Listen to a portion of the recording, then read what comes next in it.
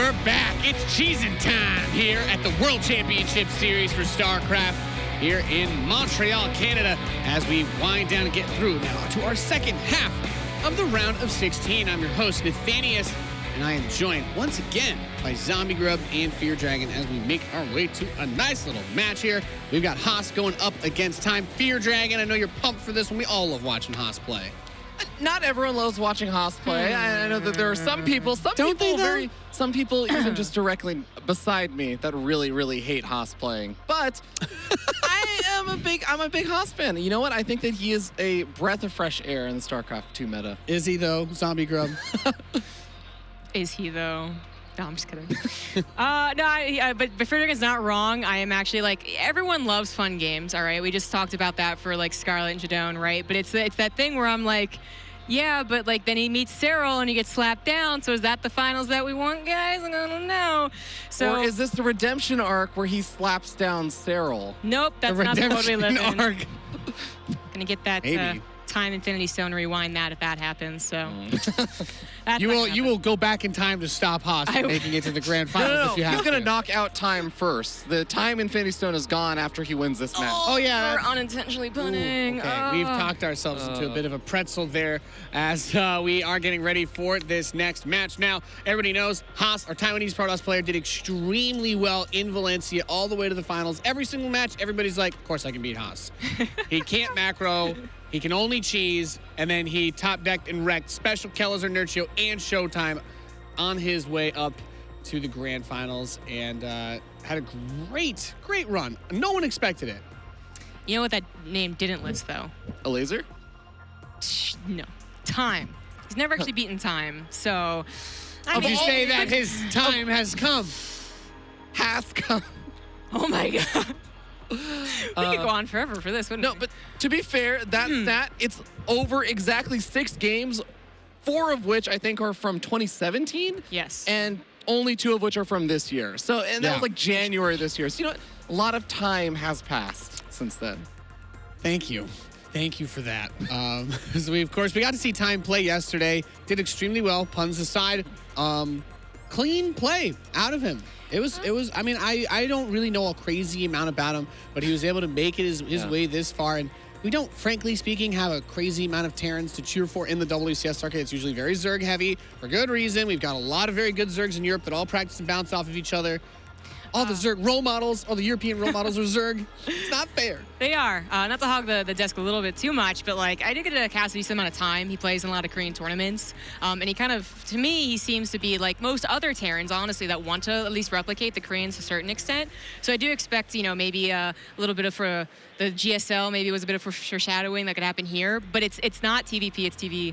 Right? So Time has got to be mentally prepared for that. It seems that he's played against them enough to at least know a little bit. It is kind of a cool matchup as well, being Taiwan versus China, as Chinese players typically have not done too well. But all right, we're going to bring the players out onto the stage so you can meet the members of our next Cheese Fest. We've got Smix up there. It's time for Time and Haas.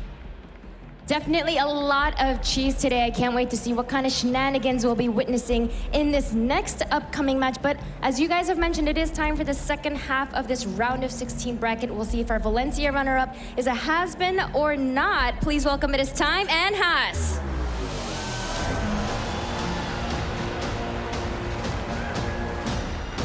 Certainly hoping he's not become a has-been. That was pretty genius. This will be the most punny series, hopefully. Hopefully it doesn't get too much worse than this. We got Haas, who locked himself into the global finals, a runner-up at WCS Valencia. He is known as one of our architects of StarCraft, architects of cannon rushing and cheese. And Time, well, Zombie, you seem to know everything about Time, so I'm just going to pass it to you. I am the only person that knows anything about Time. Just echoing the same statements. It's going to be difficult because Haas is apparently, he's going to be a better player than he was in the beginning of 2017, the last time these guys played. So I am actually kind of favoring Haas, but I want a continued Terran. I want that Chinese presence in the round of 8 would be kind of awesome for first time in a long time. So, which is something we haven't really talked that much about. There really haven't been many Chinese players that have made it into the playoffs, if any. Yep. And to make it into the round of 8 would be huge, I think, for all the Chinese scenes. But at the same time, I want to say, there's something a little bit different about, I know that there have been all these offline events in China and stuff that Time has played at, but playing in front of a foreign crowd in a foreign city, you don't get the food that you normally would want to eat. Like all the things just feel a lot little of bit small off. details. A lot of small details really do make it a little harder, and Haas is more prepared.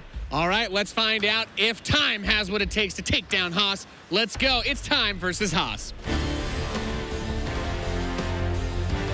All right. An action-packed match here as we have Time versus Haas. It's going to be a great Protoss vs. Terran match. I am Pig. Joining me is In Control. I think these guys might have two of the worst names to commentate at the same moment.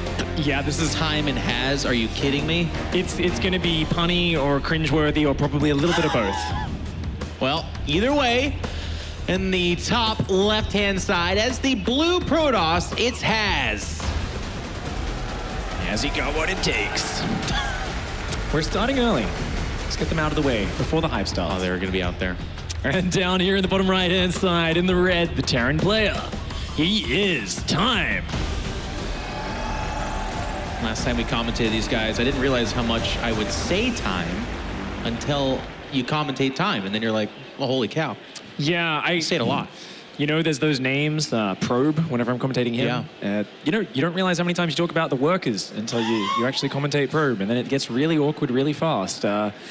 Thankfully, Haas is pronounced a little bit differently to Has, so we can get around that. And personally, this is a series I'm just so excited for because we've been talking so much about Haas's run at Valencia, and he kind of tricked his opponents out over and again. Yep. But his Protoss vs. Terran especially is something I was completely fascinated by. I've spent a while studying it.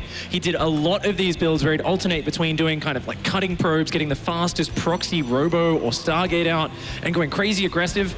Or he'd make it look like that, and he'd just expand and play defensive Phoenix. Yeah. And he'd alternate between these two, and it was hard to get a read. And we can see Time is sort of trying to preempt this by actually playing a delayed expansion into a very, very fast factory.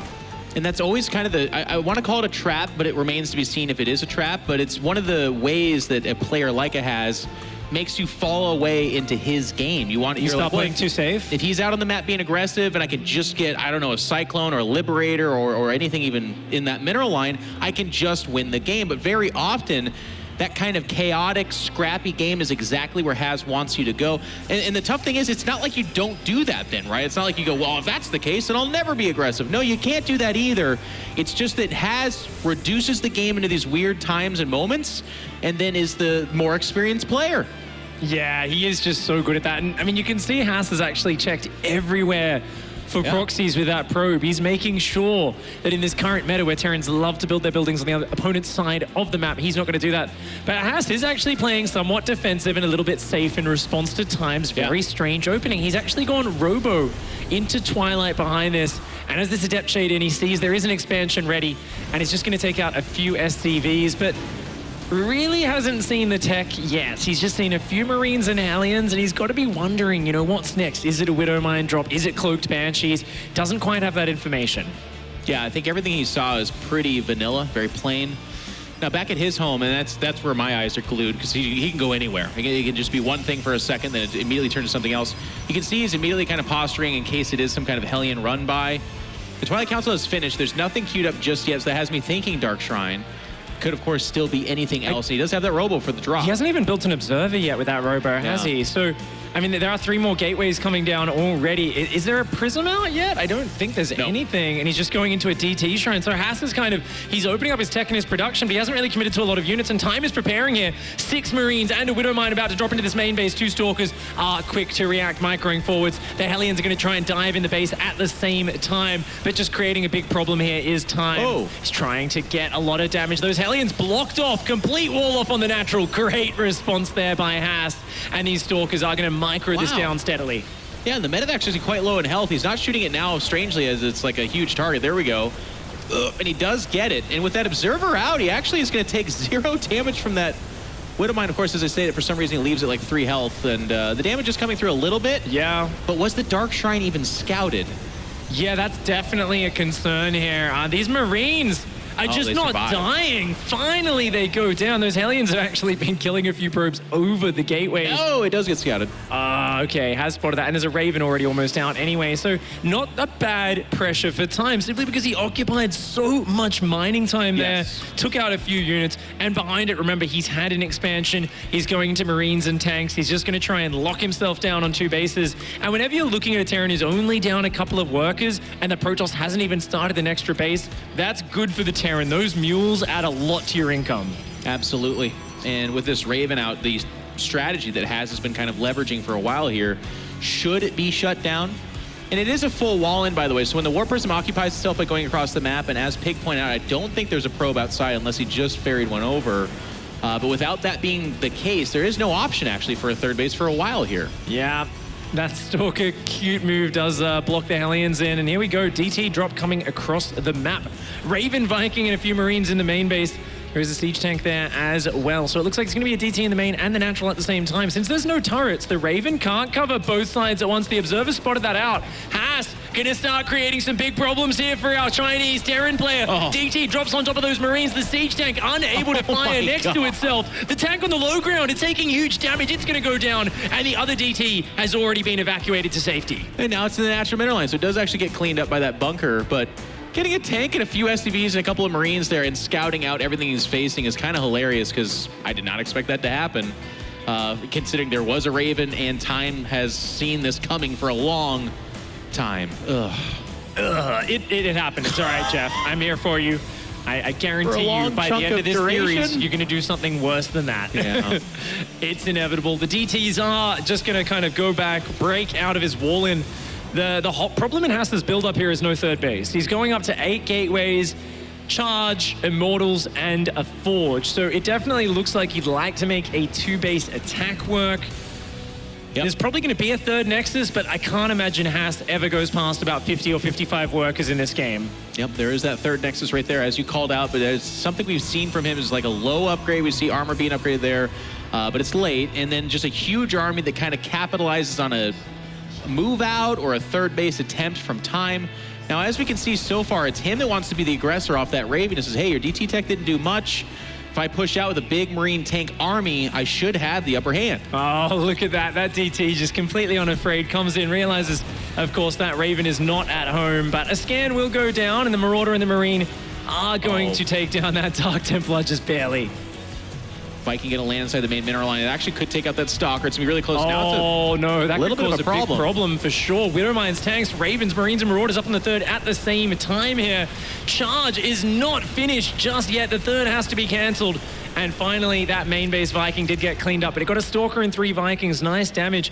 And you know what? You see that there's Zealots here. You see there's Sentries. As time, you realize this army is going to be very powerful in the near future, but it doesn't quite have the pieces together. The Sentries and the Immortals all got locked down by the Interference Matrix. There's an auto turret zoning as well. Time is all over this. And the Warp Prism dies kind of for free here as well. He's on top of the infrastructure, is time. And with that anti-armor missile, the just meat of this army is not there. The Immortal will get the tank. And it looks like with that warping, there's a good chance that this will get pushed back, but canceling the third, killing 2 gateways, and taking a good chunk of the army while surviving with these units, I think is a very big victory for time here. Yeah, as Haas, you don't really have a lot of units that shoot up, and time can take advantage of that. He's like, yeah, what? You're not even zoning me with Stalkers? All right, I can just drop back in there, because there's so few units that shoot up, and that gives massive maneuverability to the Terran. He's starting to split drops off on all sides. He's got his own third base built on location behind this. So time is just going from a very good position to a let's just tick off all the boxes and secure the win. He's going to make sure he sees that there is no third base. This medevac flies by the spot that would be another third base, sees nothing, and is now going to make its way to the main base. I think there's some Widow Mines inside here. Yep, it's actually just one of the stranger drops you'll ever see in this tournament, but it is effective as the Widow Mines are going to plant, and any economic damage it has at all right now is massive. As you pointed out, the third base for time is getting saturated right now. There are mules. He's way up in supply. And there just doesn't seem to be any answer for all the stuff flying around here. Yeah, there's just nothing to deal with this. The drop hits the natural. At the same time, a Widow Mine has been blocking that new third base location. And the natural. Ah, disaster here. I think the Raven's still there, too. Yeah, that Raven actually is still hiding up in the dead space, ready to harass whenever it feels like it, as well as bring in detection to deal with those Dark Templar. And that's it. Hassia not able to find the damage he was looking for early on. Time with a very interesting opening, confused Haas. Haas was not sure how to respond and has to tap out of game number 1. I'll tell you what, you come away from that game and you think Time has an understanding of what kind of playstyle has. Sorry, my whole brain just erupted just saying has. But anyways, he was prepared at every level. He kind of knew that it was going to be like a slow, light harass, scouty type opening. Has handled it okay, but the strategy that he was going for was scouted, defended, deflected, and then just a very nice mid-game push coming out from Time was all it really took. Has is that really crazy player that leverages like a single idea to the umpteenth degree. He'll take it up to 11, and if you don't prepare and probably over-prepare for it, you will just flat out die, and he's going to do it really well. But Time, at every turn there, was prepared and made Has look a little bit silly. More than usual, I would say. Yeah, it was...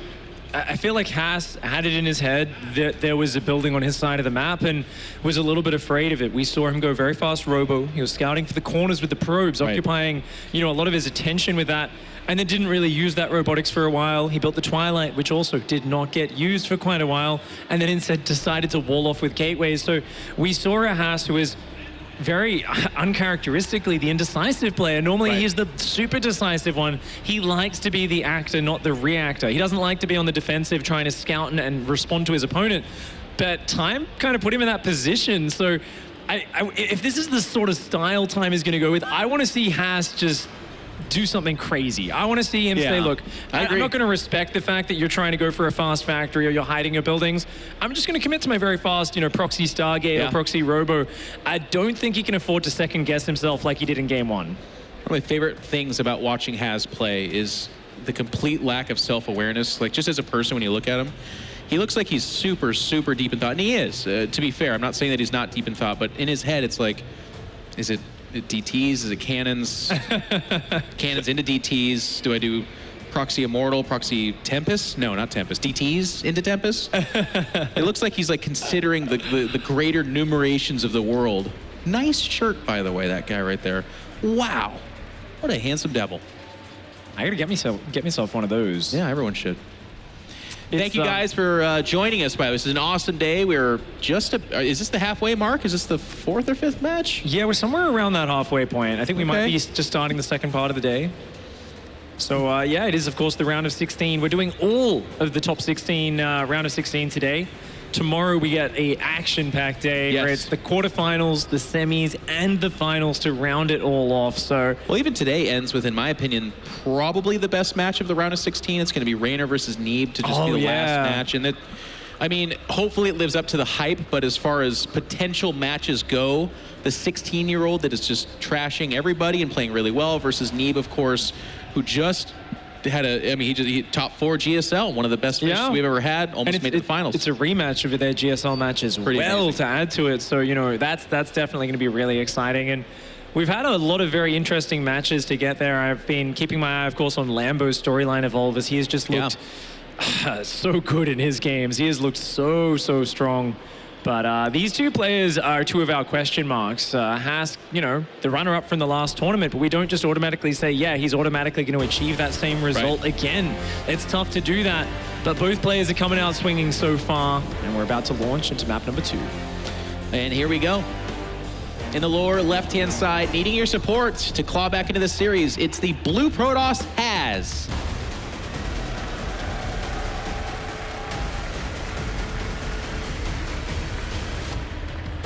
And up here in the top right-hand side, in the red, the Terran player. Give it up for Time. Nice seeing this form from Time. I love what Rubby was talking about at the analyst desk. We haven't had a Chinese player make a super deep run. Even Haz's run at the previous WCS was a big deal for Taiwan. So it's really cool seeing these other regions kind of rise up and send some of these champions further into the tournament.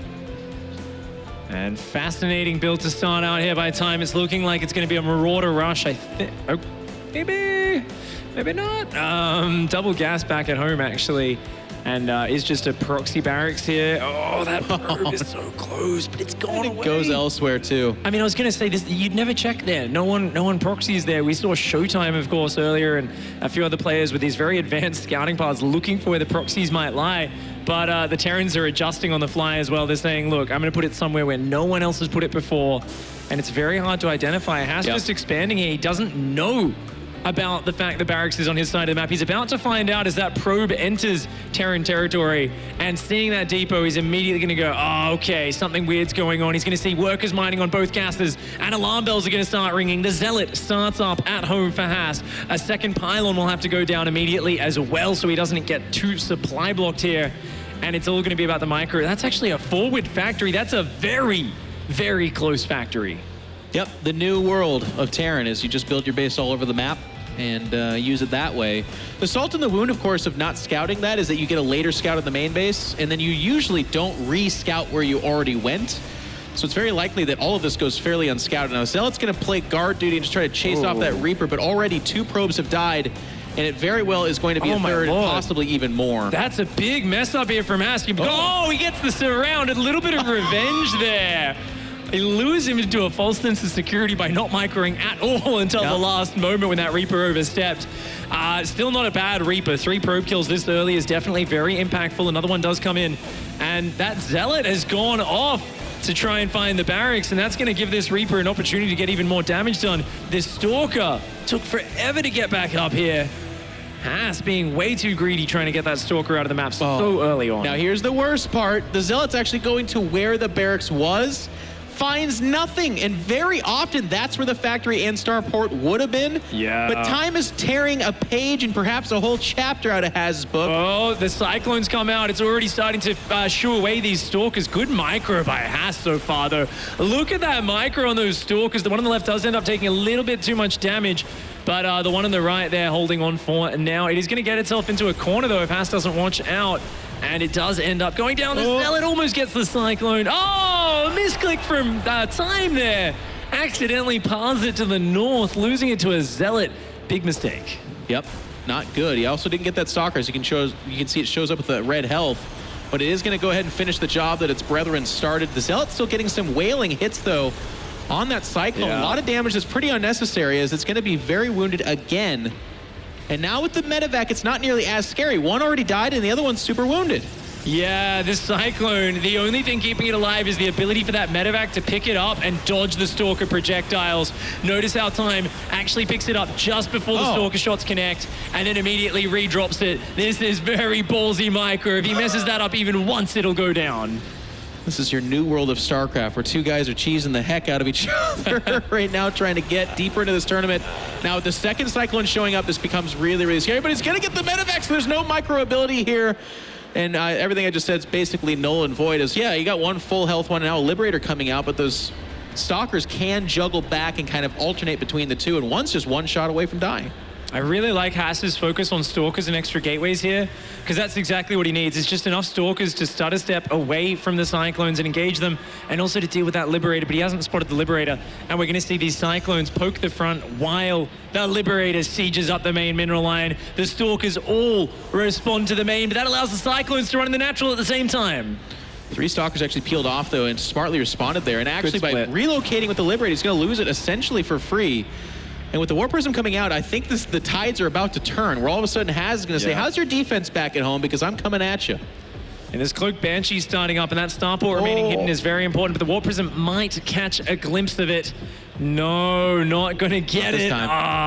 That's really unfortunate, because Haas needs to know that he needs shield batteries and, of course, observers at home. In the meantime, though, Time's bunker is not ready. Time has very few units. Expanding to this low ground, a little bit too ballsy. There's no way you can get that up. Already 1 Cyclone going down. He's pulling SCVs to the front, but there's just no units here. The other Cyclone dies for free. It's very wounded, was not repaired. There's nothing to even go in the bunker anyways, had it finished. And these Stalkers are going to rampage up there. Now, a Banshee is going to pop out fairly soon, but there's just nothing back at home. It's going to be a couple of Marines, if that, and a single Marauder. But with the Warp Prism, the micro ability here is tremendous for Haz. That's the problem with building your units from the opponent's side of the map. At some point, you've got to float that production home, and when it's floating home, it is not producing. So if he had another minute or 2, Time would have been very strong. But here in this moment, it looks like he's just being overwhelmed. There's CVs being pulled off the line. The Marines actually focus firing the low hit point Stalkers. Very good micro from Time. But this is a mathematical problem that Micro cannot solve. He tried his best he could. Widowmine's going to plant down, gets a decent shot right in the middle of all the Stalkers. And had there been anything else to do something about it, would have been nice. Now, the Banshee back at home is doing some damage, but there already is still the Observer. That's going to be it. This series is tied up at 1 apiece as Haz strikes back. Not that easy time. It looked like it was going well for the Terran player in the early stages, but Haas, he stabilizes there, gets out a good group of Stalkers, and calmly ties up the series. It's just, yeah, I love Haz. And right now he's going, all right, you're going to proxy me? Well, I'll show you what a proxy looks like. And we're all waiting for it to happen, right? It was actually at Valencia where he did bust out some really crazy proxy builds to beat Special, one of the best Terrans in the entire scene.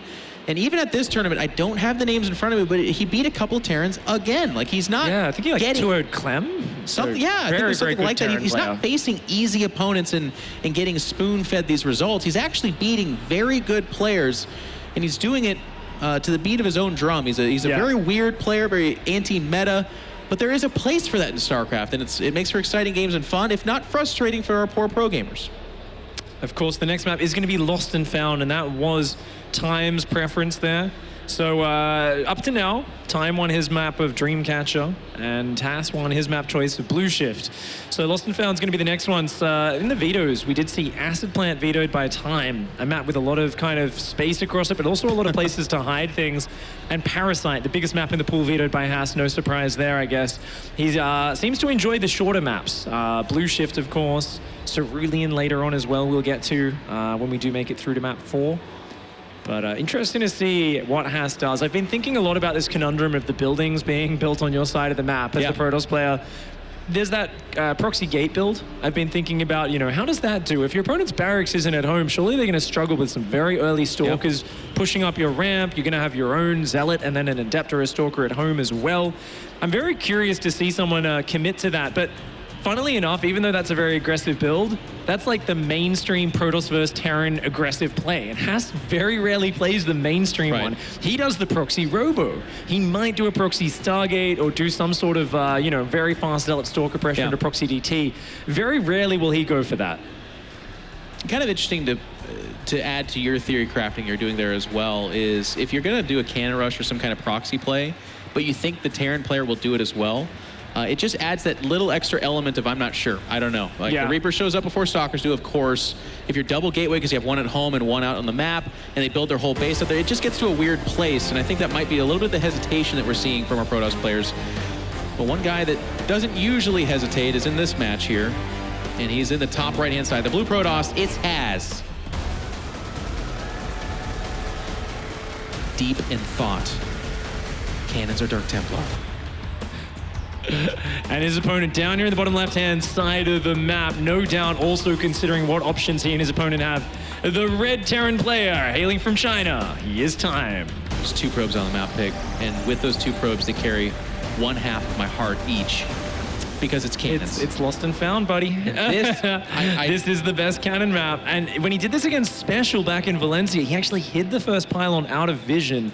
And then kind of threw down a bunch of cannons. And Special didn't check for it, and that's why it worked so well. Let's see. Does he show the probe? Yeah. So this probe's going to come. Oh, he's just going to go straight for it. Don't even pretend to be coy. He's just going to go straight away, stops the wall off from going down in the normal position with that second pylon. It also, of course, provides high ground vision, and he wants to keep this probe up here so that he can spot the high ground. SCV's being pulled off the line, but there's no way to stop those cannons going up on the low ground. And I'll tell you what, it has begun. 2 cannons are underway. The barracks, of course, right there. Now, I do kind of like the decision to go after that pylon, but the unfortunate thing here is there's a probe in your main base that can just keep dropping pylons for that spotting, no problem at all. And he needs to probably drop a couple of pylons, because if he can't see the high ground, there's nothing to shoot. And that would be the way that Time defends. He's building the bunker behind it. So far, I like his idea, but I think that pylon's always going to finish. He gets the probe. That's massive. No more cannons able to go down here on the high ground. Now, you might think, well, cannons aren't that big if there's a bunker finished, and they could just shoot it while the cannons are building. But it is. It is a problem. That's only 1 Marine. 1 Marine has about as much firepower as a worker. It's really not that much. This probe just going to commit hard. He gets it! there's another one immediately after, of course. Wow. And the funny thing is, by fighting the probe, you're actually losing out on time against these cannons. So yeah, all of a sudden, probably one, if not two, are going to finish here. I'm surprised he isn't actually targeting the pylon, but I get it, because obviously another one can just be put down there as well, even though it is already heavily damaged. These Marines trying to figure out a way to do this. He's still trying with that Marine on the right-hand side to stop that probe getting in there, but the probe survives. It's going to come back in for another round of cannons. It is got to be very afraid as another Marine is about to pop out. It pops out. Time's going for the snipe, but he gets it. Snatches that last probe, and at least that will be the end of the cannons in time space, but his barracks goes down. He has to build a brand new one. He's going to lose the other depot up there as well. He's supply blocked. He's going to lose the other depot. He's just now building one. It's going to finish just before. He's going to lose vision of that depot, actually. And he doesn't have another probe, so that depot is going to survive. So he is going to hold on.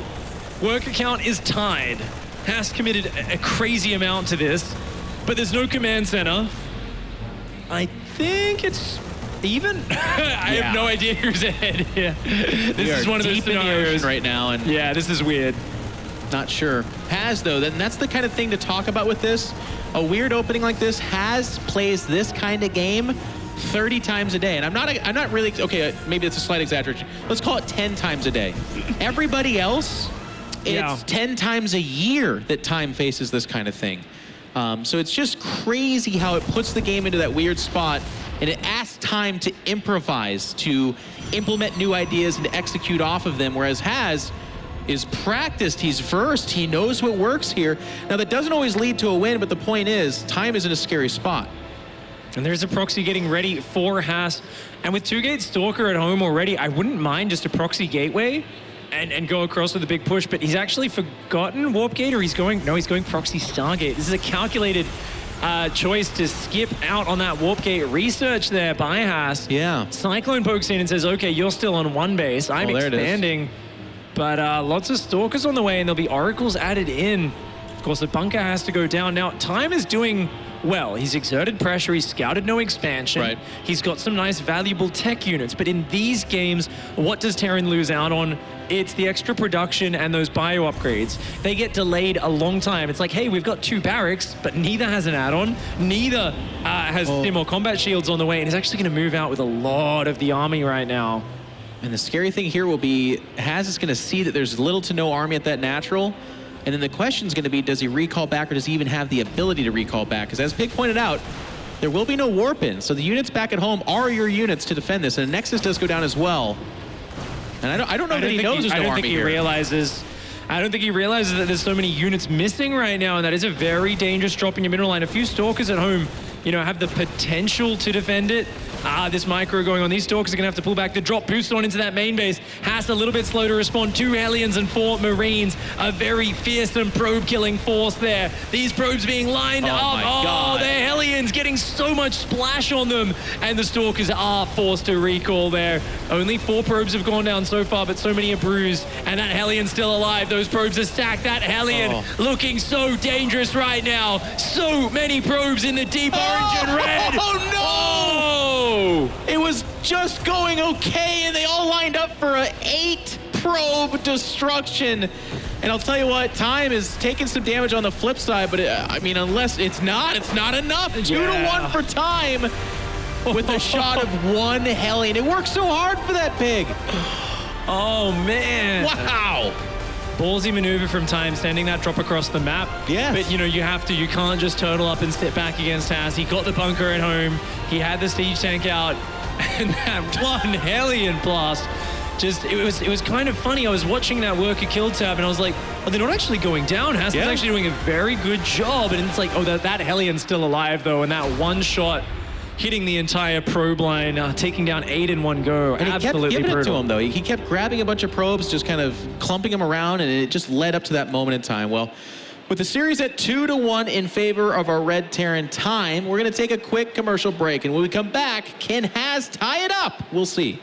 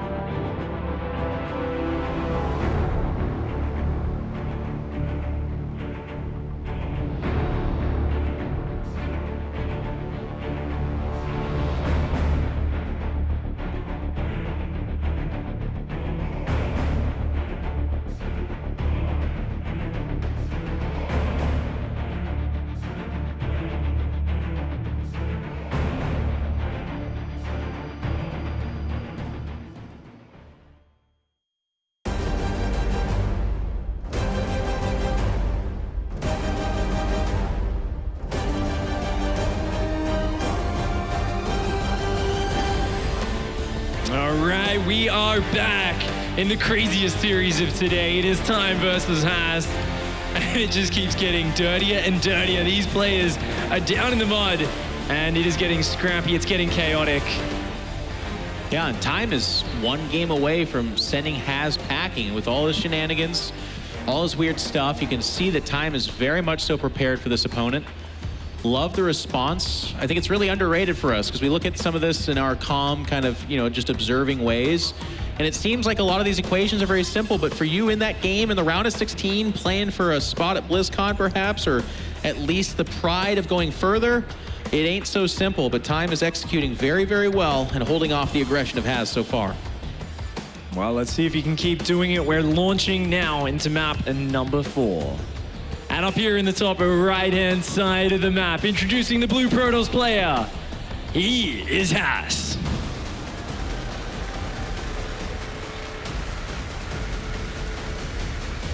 And giving a fantastic performance and showing off some skills we haven't seen so far from this part of the world. It's the Red Terran, Time.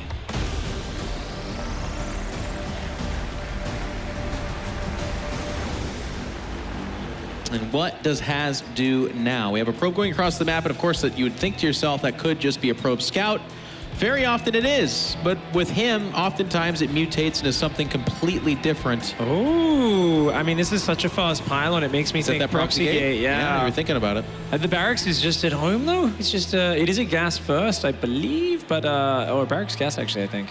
So, yeah, I mean, this is a very, straightforward defensive build where Time can get a unit out very early. Time, however, does not have a scout out on the map, so that second gateway is there. I mean, it's still hard to defend even with a normal build. Yeah. This rush basically aims to rally a Zealot across the map and then get a few Stalkers, one from home, one from this gateway, chrono boosted in.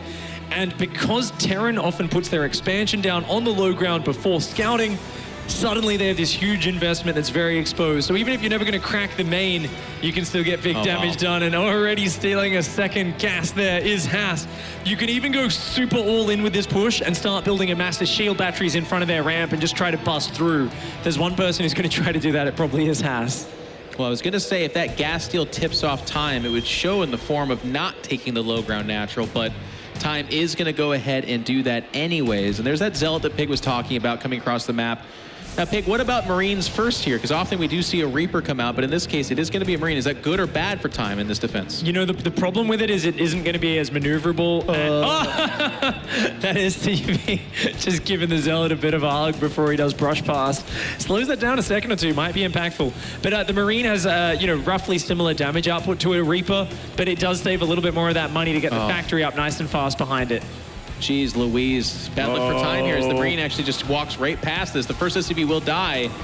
Yeah, you Stalker definitely also has the flank on top of that Marine, right? So if it comes up here to try and help out, it's just going to die for free. That's a lot of SCVs being pulled, but I don't really think it's even enough here. I mean, the Stalker, the Probe, just going to micro down against that Marine. 2 more Marines do come out. Oh, the Probe gets the finishing hit on that Marine, but there's a Zealot chasing the Marine. Stalker's chasing the SCVs. Notice how Has is trying to target the SCV building the command center, but he was not able to do it, and as a result, he's realizing that CC is going to finish, so he's just got to kill as many workers, as many Marines as he possibly can. The bunker does finish, but there's nobody to get inside of it, and now Time makes the right choice, and that is to just go up inside the main. He's got a factory that's got a Cyclone trying to come out there. A brain pause for me as Has throws everything he has at the top of the ramp. Oh, wow. A Stargate already going down behind this as well. Has is preparing for a very, very quick transition. His economy is not going down super fast. The Nexus just starts now. But the question is, how does Time break out of here? And is he going to be ready for the Stargate pressure? Wow. Has once again tries to poke to the top of the ramp now. He does only lose the one Stalker. I feel like he loses the strength of his army, but what he does see is the reaction from Time, and it is going to be that Cyclone. And only just now is that second gas getting targeted down as well, which is, again, information for Has. He's not seeing missile turrets. He's not seeing Widow Mines parking around. He's got to feel pretty good about that Oracle popping in. Yeah, absolutely. I think this is always something which gives value, the Oracle. There's a Widow Mine out, so hopefully he doesn't fly into that, but it's going to give a lot of information. Time is forced into a position where you never want to be as the Terran. You're stuck in your base, you don't have any Liberators or Medevacs out, there's not a lot of pressure you can put on, but you also don't have information. I don't think Time knows about the expansion, has no idea, is it just another big all-in that's going to hit? And he's got to just weigh up, well, I can't cover every option, I've got to skip something. Maybe I'll skip on the detection, maybe I'll skip the anti-air, but there's a good chance he gets caught out by something. And it is going to be Cloaked Banshee, which this is the nice thing about Oracle opening is it gives you a really good chance to at least scout that out. So even if he doesn't kill a bunch of SCVs, if he dives inside that main base or uses it as a spotter for the Stalkers, it's a very good chance he'll see what this tech is. And Banshees really rely on not being scouted to get their damage done. Yeah, they're definitely one of those units where we've seen some very high-level Terrans find a way to sort of just kind of maneuver them around the map, even once they've been scouted. They kind of force a reaction, get something, but the dream is to not have your opponent see it until two Cloaked Banshees are in the mineral line massacring their workers. Finally, we are seeing these workers moving down, the Marines and the Cyclones. The Stalkers, though, take a few Marines and an SCV out. Yep. And the Oracle. Buying a lot of attention. Where's that Oracle? Oh, he waited for two of them as well. Haas is going to dive into the main mineral line. There's nothing there. The Widow Mine. The Widow Mine does get a shot off. One Oracle goes down. The Widow Mine does get taken down in revenge. The Stalkers forcing the Marines and Cyclones to stay at the front. What a beautiful combo. The Stalkers were never going to break the front, but they forced the defense to stay there, and that alone is massive. The Oracle there just going to fight that Cyclone, but the mass repair will be a little bit too much. He comes back in on the front at the same time. Oh, no. All the Marines except for one dies. And now the Stalkers are unleashed. The tank, of course, has the damage to do something here. And Has going to make the wise choice to back out. It's going to cost them. Two Stalkers die in that last volley. But 9 SCVs do perish as the Oracle is able to make its way out of there. And here comes that Cloaked Banshee. And it is, it's just spotted instantly. Haas is all over this game. That proxy gate getting such a good start off for Haas. And Time, I mean, he's just inching along, bloodied and bruised at 28 workers. He's got just so little production, no upgrades. The Banshee being stopped, I mean, Time is out of options at this point. This other Banshee can try and hide it, hopefully get it in and kill a few workers. But he's just got to play a very long game, and he's decided the third command center and just kind of waiting it out, turtling up might be the answer. But at this point, Haas is massively, massively favored. Absolutely. Way up in workers, and like you pointed out, the faster third even. And I do like the choice for the Forge and Twilight Council behind this, so he's not all in on Stargate or something like that crazy right now. But there is nothing in this mineral line, by the way. And that's just the kind of risk that Time had to take. He can't turtle up too much and really like cover all your bases, because when you're behind like this, it just ends up being a loss anyways. But the Banshee shows up. Now look what the shield battery does. When it's just the one Banshee, it has the toughest and most difficult path to trying to kill probes. I'm trying to say anything but Time. It takes so many shots to actually get through, because you're only doing about 4 damage a shot. So it takes 5 volleys rather than just 2 to kill a probe. Makes you far less effective. But now the energy's out, is starting to rack up quite a few there. Yeah, I guess there's no recall, huh? Yeah, and Haas not having any detection there at the moment. The Phoenix coming back, the Oracle's not quite having 50 energy, oh my gosh. This is what I talked about. Sometimes the Banshees do come back and get some damage. Well, is this the Banshee with the damage, or is this a severe mass play by Has? Like, you get the first Banshee. Maybe a little bit of column A, a little bit of column B. A little bit of both, yeah. I understand the logic of like, okay, I killed that first Banshee for free. There's no way they make a second one. But I mean, you think about like a Protoss. Like if the first DT gets picked off, do you never make another DT? No, you make 36 more DTs until they eventually work. And here it is. This is the third attempt. But even still, Has is ahead in workers, has that really fast third. And it's a good thing he does, because the damage otherwise would have been pretty painful. And Mass Blink is probably going to be the follow-up. We've seen Haas play this there you go. To about the 20-minute mark in some of his games. Haas apparently not watching that. Does miss this Banshee flying in. Not the tightest of security at Camp Has, I would say. They're there, they know what they're supposed to do, but do they see it? Well, Haas is the guy who leaves the front door to his apartment open to try and lure thieves in. Like, you know, he doesn't lock everything down. He wants to lure you into that messy scenario. And once again, a few probes going down here. A big army grouping up at the front, but this is a little bit nasty. Yeah, 3 more probes do go down. The worker count very equal. Haas is still epically ahead in unit count, but is that mass unupgraded Zealot, Jeff? I think he thought he was making charge. Oh my God. But he made Blink. Well, Blink finishes, and now he's doing charge. Okay. Here's the thing about Haz, by the way. Notice the production tab. No more probes being made because he's like, thank you for killing them because that's like 2 pylons I would have had to make. He is just, he's just very different, right? Yeah, like yeah. this is, he went from +1 attack. Now he's doing +1 armor. Okay, I think this was actually on purpose, right? I think he just knows that he has such an army advantage. He wants to just win the moment time comes out of his wall in. And even with slow zealots, with the force fields, he can trap the army. I mean, it very well could be a mistake. You have to build probes for that, though. He's taking a 4th Nexus, yeah. Yes. I mean, yeah, he'll transfer probes as his minerals mine out. All right. Plan for the future. No, but I like you're right. Yeah, it's a bad position for time because just the raw unit count you need to deal with this many zealots. Like when charge finishes, it's a massive power spike for Haas. And I think the funny thing is, time's scanning. He's really smart. He sees there's only 2 gases down. He sees there's not that much stuff. Even though this cute little maneuver damages some Widow Mines, it doesn't actually kill any. And if time just locks down the door and stays on 2 base, like, look, yeah, he knows who he's playing against. He scouts this. He's like, whoa, no way, dude. I'm not going to come down that ramp. He's just going to stay on 2 base for the next 5 minutes. Haas really should be adding some gases and getting Storm or a few more probes because every second that goes by, even though he has map control and the base advantage, he doesn't really have an income advantage right now, or only a very small one. So, I mean, we see time here feeling the pressure that Terran players feel to move out of the map. Oh, but he turns around very quickly. And the thing is, that's the mistake.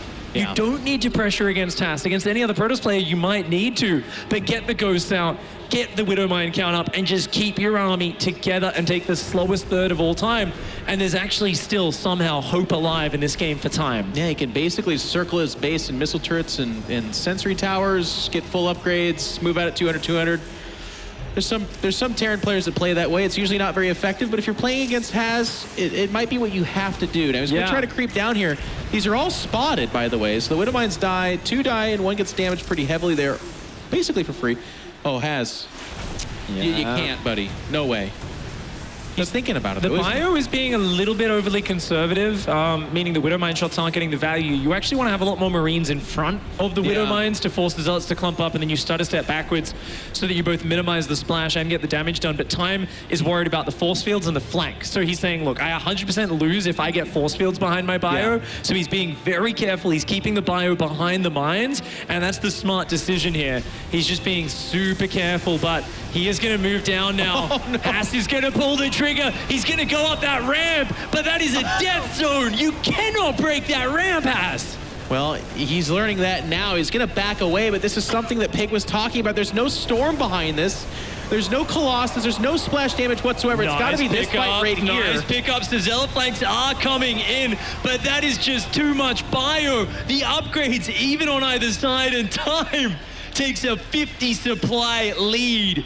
Just reads his opponent's play perfectly, doesn't go on autopilot at all, and he says, I know what you're doing, and I know how to respond to it perfectly. Only now does the Templar Archives go down. Haas just stuck in a one-track mind throughout that mid-game, just trying to force the issue, and Time did not give him the opportunity. He has an upgrade advantage. He was up 4 bases to 2, and how often do you see a Protoss be in danger of losing in that scenario? Now, Haz is not dead yet. The advantage he has going for him is, again, that tremendous income that he has been mining off of this. And I want to point out the medevac count, by the way, for a Terran player, not super high. So a couple of overstims, and this could really turn against him as well.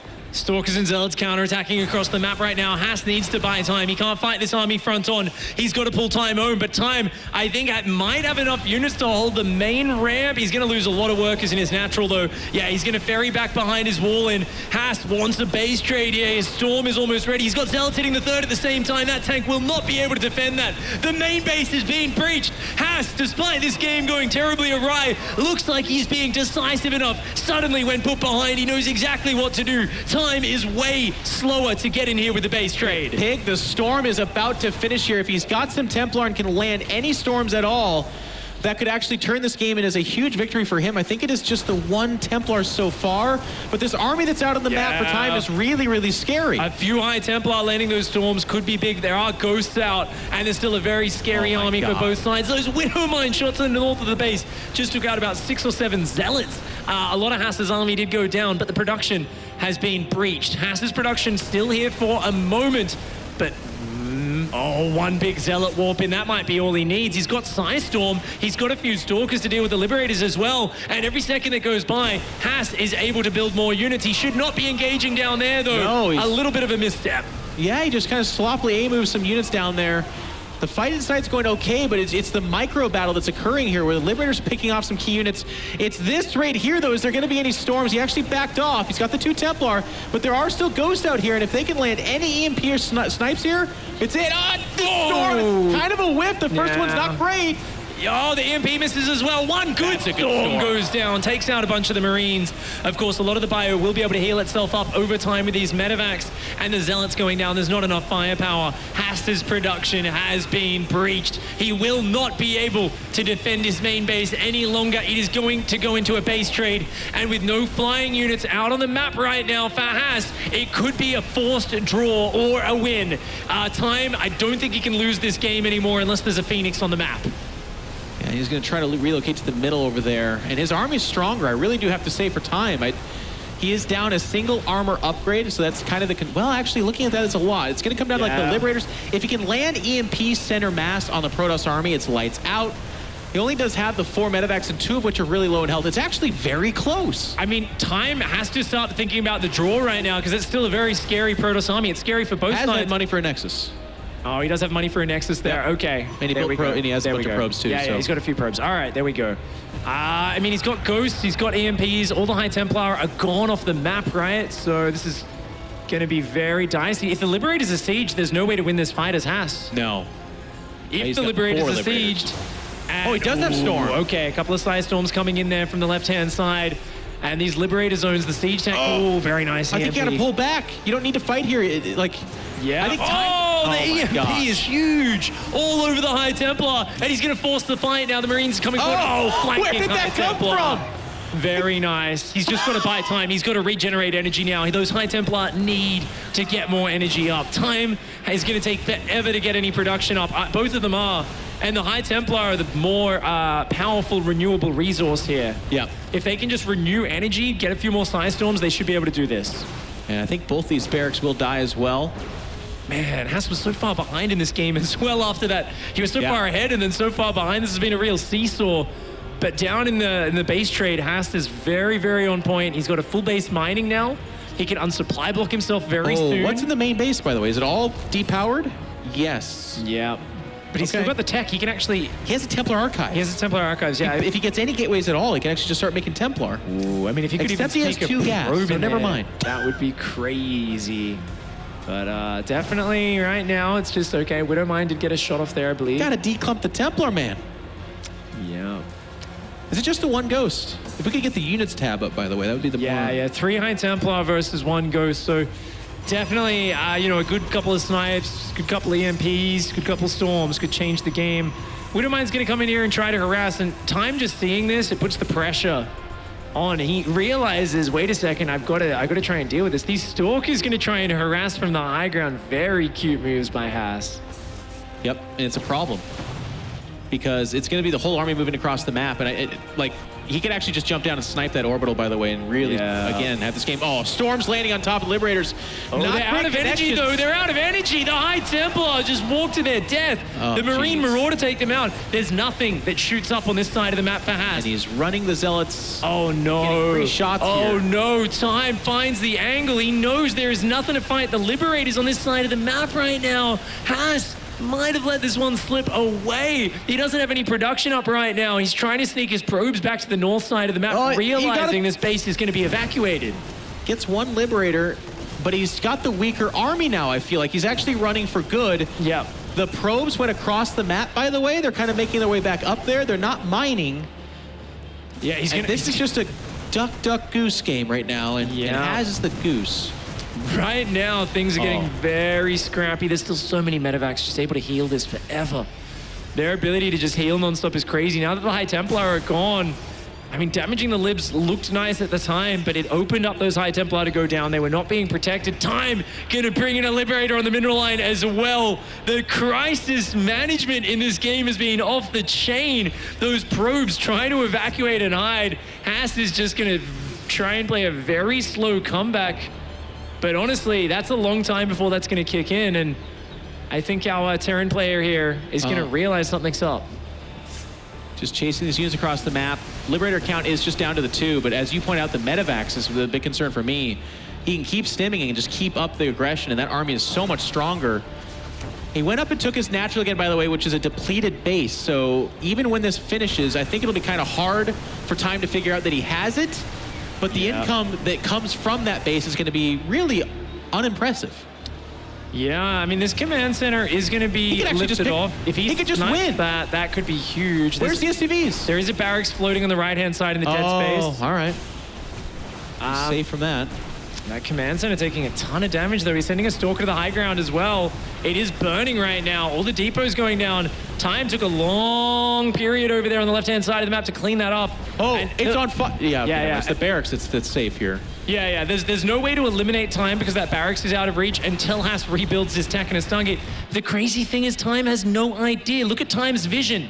The last place you would expect a Protoss player to re-expand is in his own natural. He might think that he needs to go finish off the buildings, though, I guess. Yeah, that's what might lure him up there.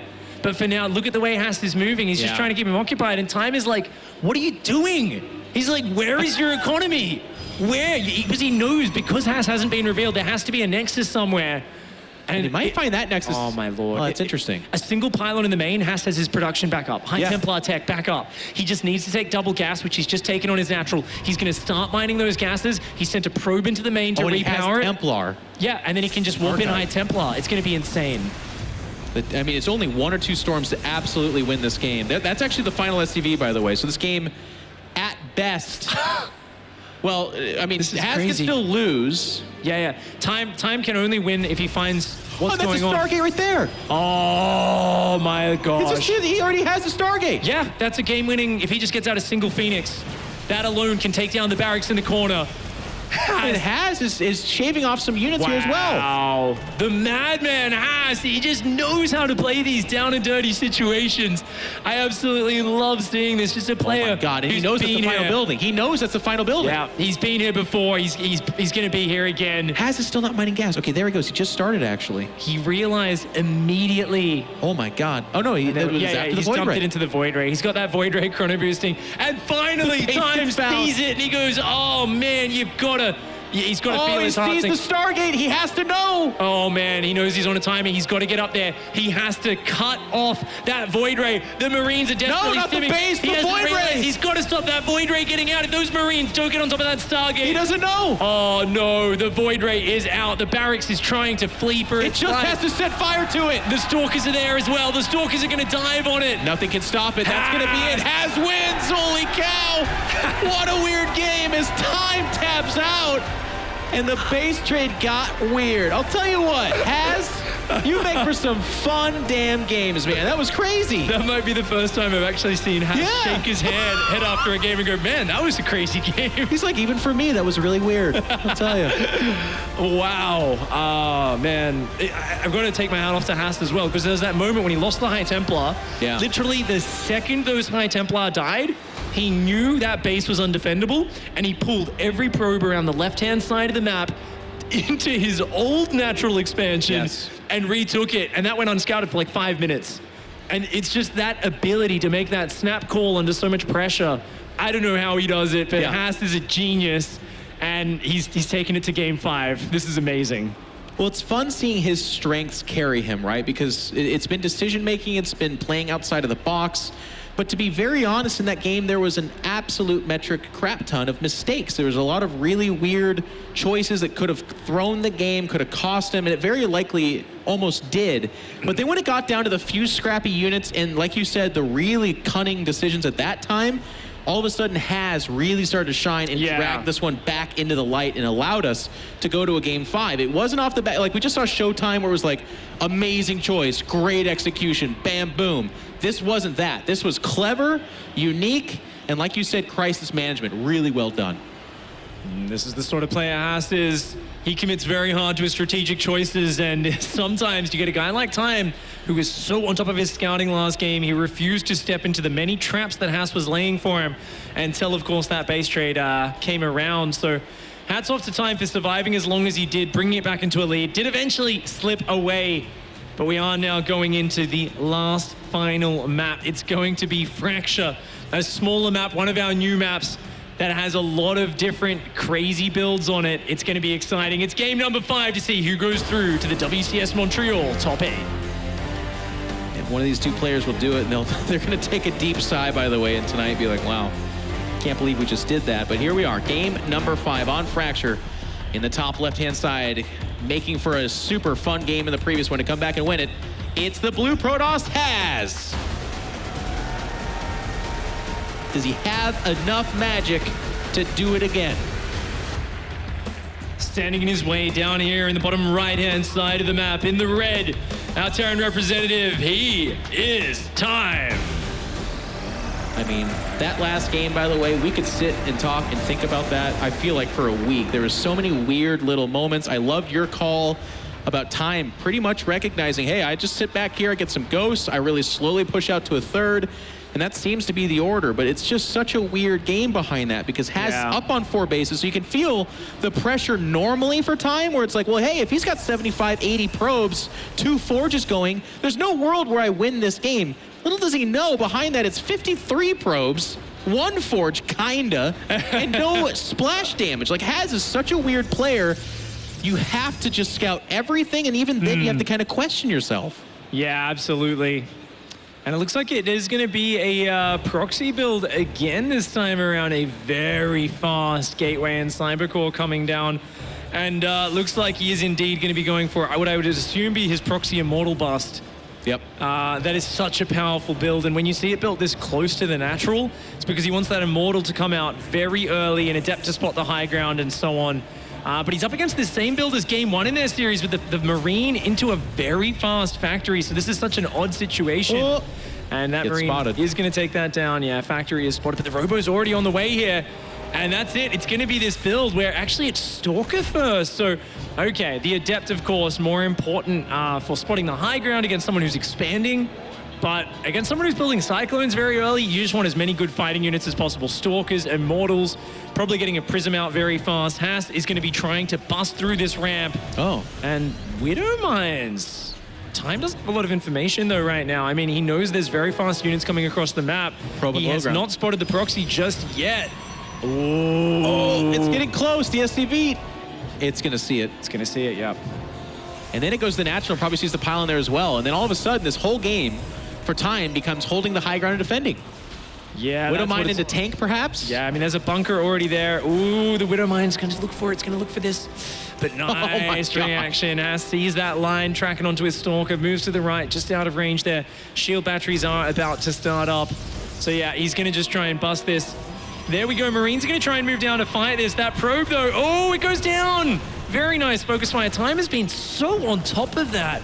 And look at this. The Widow Mine says, hey, if you want to fight those Marines, you're cornered, and just zones that out. And this is huge. This is going to do really, really well. He can't save it. I think he's going to sacrifice the Immortal Barrier. Yeah. He'll do that, and he gets the Widow Mine, but the shields will finish without the ability to actually do anything until this Warp Prism or another probe gets over here. Yeah, and that's going to take a while here. Without the high ground vision as well, no Adept, no Prism. I love the Viking call here, by the way. If you can't see the high ground, you cannot hurt me. Oh, yeah. Yeah, 2 Immortals and a Warp Prism seem pretty much invincible until 1 Viking arrives, and it says, no, you need to leave Warp Prism right now. You weren't invited to this party. How weird is this? Wow. It's like exactly the right call, by the way. Yeah. Oh, he's going to lose everything. Oh, he picks the Immortal up and it dies inside the Warp Prism. The Viking does its job, even though the Siege Tank does go down. I mean, the hungry Immortals may have managed to kill a Siege Tank, but it died in the process. And now what's the position for Has? You've got a single Stalker and a shield battery containing the Terran. You're going into Stargate Tech behind it. You do have the Observer. That's important. He sees the command center. He's going to see the defensive layout. But I think Has will need to expand in the near future. Just Immortals and Phoenix on 1 base is a very awkward situation to be in. Phoenix is the right call, though. It's not super amazing ideal. If he goes for an Oracle after already seeing a couple of Vikings out, the likelihood of that doing much is very, very little. And it is just the 1 Phoenix so far, so I almost wonder if he's actually even going to bail out of that idea. No, it is an Oracle. Interesting, yeah. I'm you know, it's so fun to commentate Haas. It really is. Yeah. 'Cause I have no idea what's happening, and I sound like it. His strategies, it's a very, very large box of chocolates, and you really never know which one you're going to get, Jeff. Truer words. Now, Time is playing this very defensively, and that might look weird, but honestly, that's what you do here. You can't get too terribly defensive, and he does want to pick off that Observer pretty quick, because all this information is doing a lot for Haz. He sees the expansion timing. He knows he's behind in that, but not so far behind. If that was like the third orbital, it would be really, really rough. But, you know, he's in the ballpark. Yeah, this is 3 Vikings, by the way, which is kind of a... Yeah, it's like this weird kind of, the Terran has all these fancy tech units which are very good at defending and blocking a committed assault, but they're very bad at moving across the map and creating threat on the Protoss side of the map, and that usually is taken advantage of by a Protoss player probing up very hard. But of course, Haas has delayed his expansion a lot. He is now probing relatively, you know, continuously. But he's building oracles, and oracles, I mean, stasis traps will be nice if they land, but there's a Raven on the way. It's going to be able to scout those.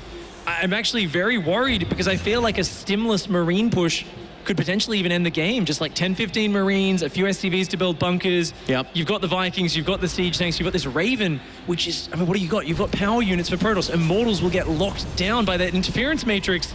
This is going to be really tough if Time chooses to push across the map. I think he's going to try to backdoor with 2 Oracles, which could be a really, really nice call. The barrier gets hit off by that the tank, excuse me.